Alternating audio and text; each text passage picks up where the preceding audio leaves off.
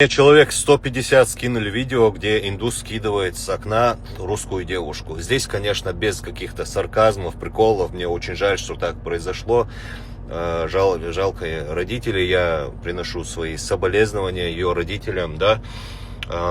И у меня вот вопрос созревает, где вот эти защитники народа, которые на СВО не едут, говорят, что мы здесь должны...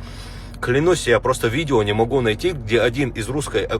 извиняюсь, очень извиняюсь перед русскими, петушиная община, потому что русские никакого отношения к этому не имеют.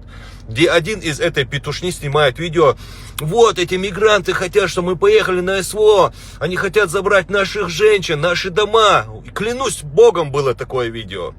Но вы остались, вы не едете на СВО. Где ваша защита? Это же вы говорили. Как вы защитили свою женщину? Никак. И самое интересное, от этой петушиной общины вообще ни слова нету по этому поводу. Даже вот видео снять не могут. Поехать, собраться, принести свои соболезнования ее родителям. Как-то, может, помочь надо, может, похоронить надо было. Никто вообще. Вот и все. Вот здесь заканчивается просто... Его и так и не было. И здесь окончательно просто заканчивается их хоть какой-то малейший авторитет.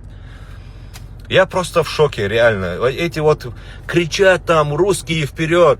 Вы вообще к русским никакого отношения не имеете. Русские люди, они заняты своей работой, воспитывают своих детей. Никакой неприязни, провокации в сторону мусульман от русских нету. Потому что голова есть на плечах, у них есть разум. А вы просто стадо баранов, у которых, я не знаю, под чем вы там двигаетесь. Еще же... Недавно объявление было, я это уже потом скажу насчет вашего главного, который там, любит делать массаж простаты.